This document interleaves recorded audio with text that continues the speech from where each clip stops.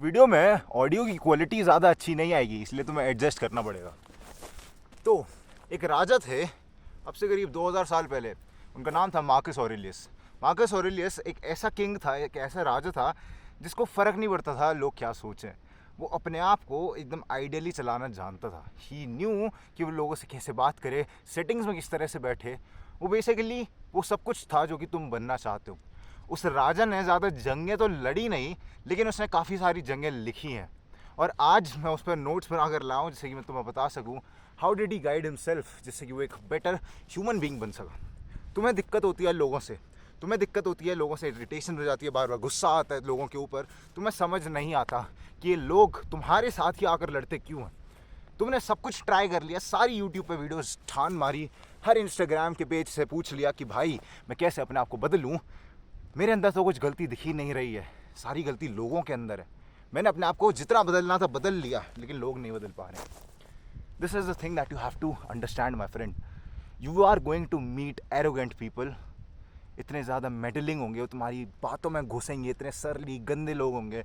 तुम्हारा जो भी तुम चीज़ करोगे उसमें कमी निकालेंगे, उसको कुछ ना कुछ किसी ना किसी तरह से तुम्हें नीचा दिखाने की कोशिश करेंगे। You are going to meet those people. Marcus Aurelius लिखते हैं कि तुम जब भी हर सुबह उठो तो अपने आप को यही चीज़ बोलो कि मेरे को ऐसे लोग मिलेंगे, 100% मिलेंगे। लेकिन अगर ये मेरे को साथ में मिलते हैं, मेरे को ऐसे लोग मिल रहे हैं, मैं ज़्यादा फ़र्क नहीं दूंगा उन लोगों को, मैं उनको अटेंशन नहीं दूंगा। मेरे को ऑलरेडी पता है कि मेरे को वो लोग मिलेंगे। जब मेरे को ऑलरेडी चीज़ पता है कि कैसे होगी, वो मेरे को बुरा बोलेंगे और मैं उन पर रिएक्ट करूँगा, मैं उन्हें फालतू में इमोशंस में आ जाऊँगा, बुरा बोल दूंगा, तो इसलिए मैं इमोशंस में आऊँगा ही नहीं। यू टेल योर सेल्फ, तुम लोगों से कुछ एक्सपेक्ट करो ही मत। तुम्हें उनसे ये एक्सपेक्ट करके चलो कि तुम्हें ऐसे बंदे मिलेंगे जो तुम्हें परेशान करने आएंगे, सिर्फ और सिर्फ परेशान करने आएंगे और कुछ काम नहीं करने आएंगे। तुम्हें भला बुरा बोलेंगे, बहुत कुछ बोल देंगे और तुम्हें सपोर्ट नहीं करेंगे। Basically you are going to meet those people. But Marcus Aurelius tells us कि even if you meet them, tell yourself कोई बात नहीं, दोज पीपल आर इग्नोरेंट। उनको सही में नहीं पता कि कैसे बात करनी चाहिए, तुम कैसे व्यक्ति हो। उन्हें इवन अपने बारे में भी नहीं पता ढंग से। ज़्यादातर लोग, कार्ल यंग इसे कहते हैं शैडो, ज़्यादातर लोग अपनी शैडो को तुम्हारे ऊपर प्रोजेक्ट करने की कोशिश करते हैं। अब मैंने क्या चीज़ बोली इसे मैं तुम्हें ध्यान से समझाता हूँ। तुम्हारे पास तुम्हारी सेल्फ होती है जो कि तुम सबको दिखाते हो। फिर तुम्हारे एक हिडन वर्जन होता है, तुम्हारे सीक्रेट्स होते हैं जिसके बारे में किसी को भी नहीं पता। सच सच बताओ, तुम्हारे सीक्रेट्स कितने लोगों को बताएं? सिर्फ और सिर्फ तुम्हें बताएं। और तुम्हें भी बताए कि जब तुम अपने सीक्रेट्स लोगों को बता देते हो, तुमने बचपन में देखा होगा जब भी अपनी चीज़ें बता दी होंगी पास की, एकदम तुमने तुम्हारे जो दिल के पास थी चीज़ें, लोगों ने उस पर पक्के से मजाक बनाया होगा। क्यों? क्योंकि पीपल यूज़ योर सीक्रेट्स।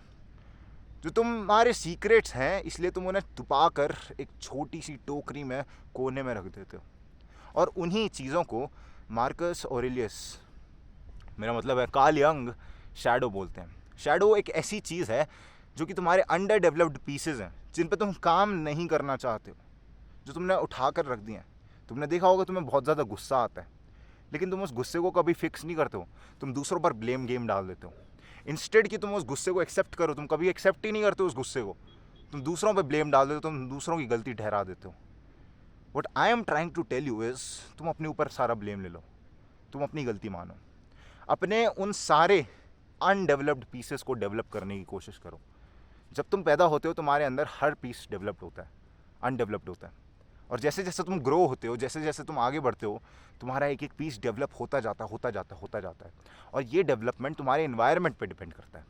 अगर किसी के घर में लड़ाई होती है, उसने बहुत ज़्यादा ट्रॉमा देखा, तो उसके पीसेस कुछ इस तरह से हो जाती हैं, वो ट्रॉमा बन जाती हैं चीज़ें, वो उन्हें एड्रेस नहीं करना चाहता। लेकिन सच्चाई ये है कि इवन दो वो बंदा उस चीज़ को एड्रेस नहीं करना चाहता, उसे दूर धकेलना चाहता है, वो किसी बात पे इरिटेट हो जाता है बार बार, अगर वो उसे एक्नॉलेज नहीं कर रहा तो वो वैसा ही रहेगा। तुम्हें सबसे पहली चीज़ जो करनी है वो है एक्नॉलेजमेंट। और उसके बाद मार्कस ऑरेलियस एक और चीज़ कहते हैं, तुम्हारे अंदर एक मोरल सेल्फ सफिशिएंसी होनी चाहिए। मतलब तुम अपने आप से ही संतुष्ट रहो। In what sense I am saying this? तुम्हें लोग आके 1000 ओपिनियन देते हैं, भाई अच्छा नहीं लग रहा, भाई तूने काम अच्छा नहीं करा।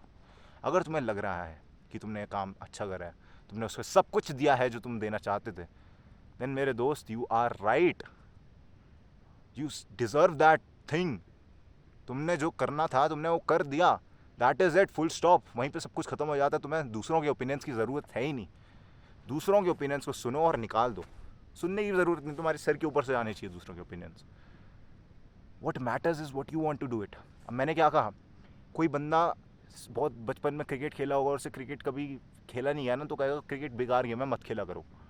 लेकिन तुम्हें पता है क्रिकेट कितना मस्त गेम है, कितना मज़ा आता है, क्योंकि तुमसे बॉल हिट हो जाती थी लेकिन उस बंदे से हिट नहीं होती थी।